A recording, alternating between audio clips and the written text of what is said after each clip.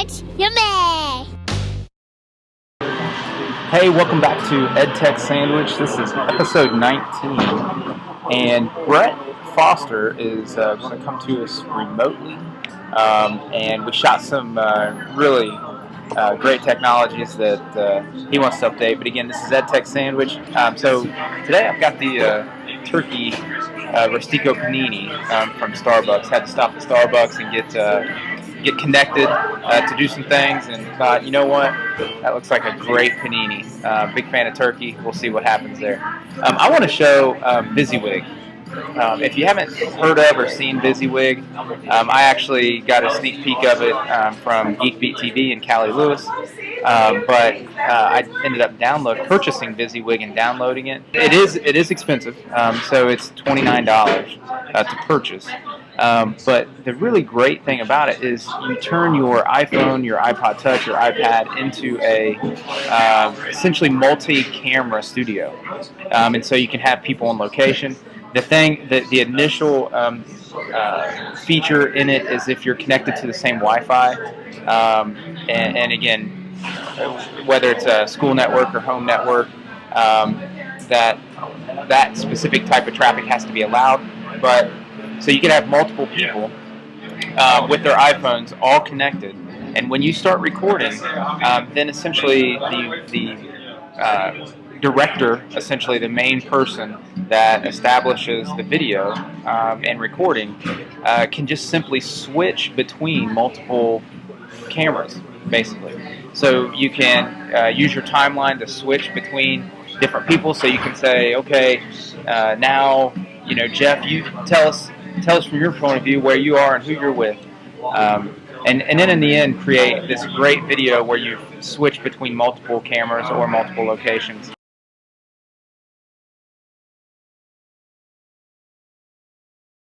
Okay, so I'm going to fumble through this a little bit, but got VisiWig icon. I'm going to pull that up. Now I want to connect with Jeff. So I want to do a new, maybe. Select your choice, Dropbox, no.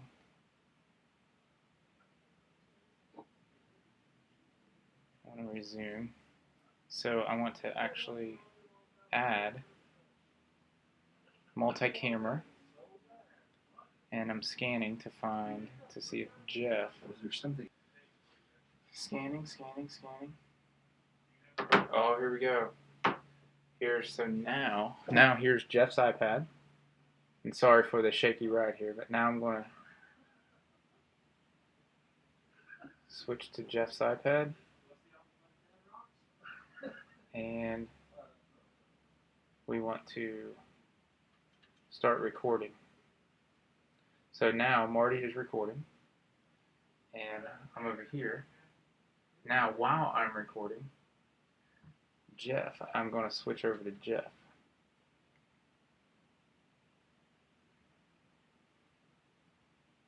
And so it looks, as it's going on, are you on me now?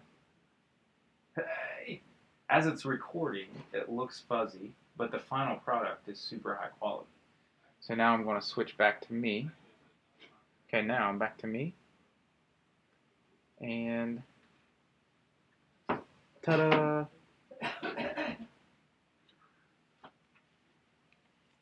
So now VisiWig, okay. So generating multi-clip. So watch what it does here. So generating the multi-clip, and now it's going to go grab Jeff's from him. And hit done. Sending packet to Jeff's iPad. Oh, I have it downloaded. And then what? So this is Jeff's. Now he has it downloaded. And I'm going through Jeff, so it does a nice job of combining both packets and splitting them exactly as I had directed it to, as the producer. So that's going to take a few minutes, and when that comes in, we'll show the final edited, or I guess camera switched version of the final file. The interesting thing about it is that video that you capture, once you pull it in, it renders it at such a high quality. It's the original quality video. And so it's really fascinating. Again, you can see from the example of some things that you can do with it, and you can kind of let your ideas explode. Now, Brett's going to show us two things that I think are pretty good, pretty interesting technologies. One of which kind of did blow my mind as he was going through it. So again, thanks for tuning in to episode 19 of EdTech Sandwich. Catch you soon. So what I have here is the 3M mini projector powered by Roku. You can see if you take this back cover off, there's a Roku stick right there. It goes in the back of it. You connect this to your network, and then you have the ability to have the power of Roku and the streaming services that are built into that Roku device, and then able to project it on this little bitty projector that probably weighs 2-3 pounds. And I noticed it wasn't very hot. What's in there? It is not. It doesn't have a lamp in it. It doesn't have a fan running. It is an LED projector, and you know, it's pretty cool. We're shooting right up right now. We can see with the lights off that you want to hit the lights? It's not real bright, but if you turn the lights off, you get a really good picture quality and image. And then if you back up, it just gets bigger and bigger. So now, what if you were to throw it on the ceiling? If you put it on the ceiling, you can actually flip the image. You can you can rotate it around, so you can mount this to the ceiling if you want to. But what's really cool about it is how small it is, how portable it is, and it has a really good image quality. So now, do you mind to do the thing that blew my mind? What was that? I don't remember. That was unplug. I'm going to unplug it. Of course, it does have a battery in it, so now it's unplugged. I'm going to walk away. And I know we're in the dark here, but so now Brett is just walking around with this LED projector. And got to focus on the side. And changing which wall it's on, and I'm trying to follow him. Now put it on the ceiling real quick. Yeah, it's flat on the back, so you can just shoot it up on the ceiling and do some and let it go. So classroom implementation for one. Now what if you turn lights back on. pull the Roku stick out? What do you have then? So what you have if you take the Roku stick out, which is it's in there really tight.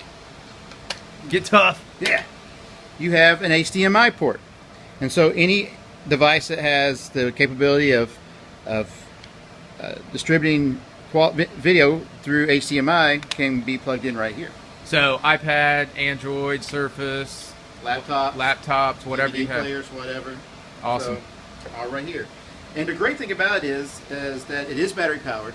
For full charge, it probably lasts about an hour and a half to 2 hours. So it's not really going to last forever like that. But the price point on this is $190, and that includes the Roku stick. So if you bought the Roku stick on its own, it'd be about $100.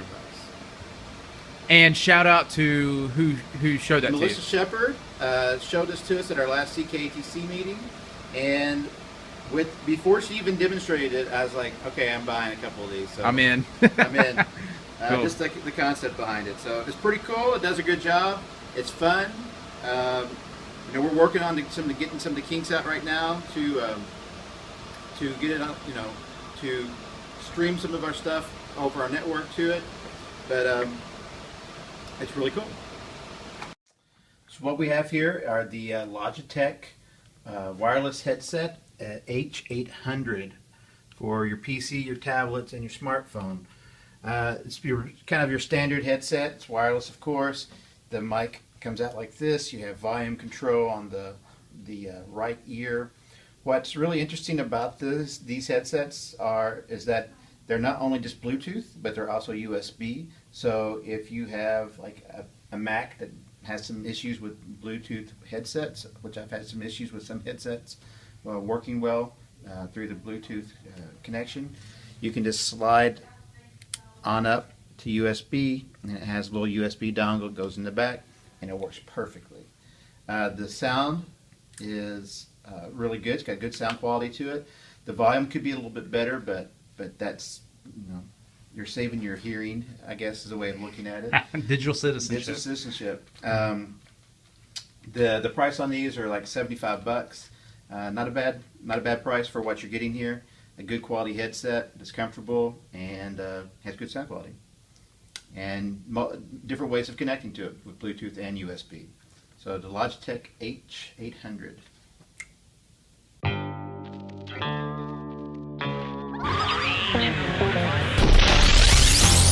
EdTech Sandwich, yummy!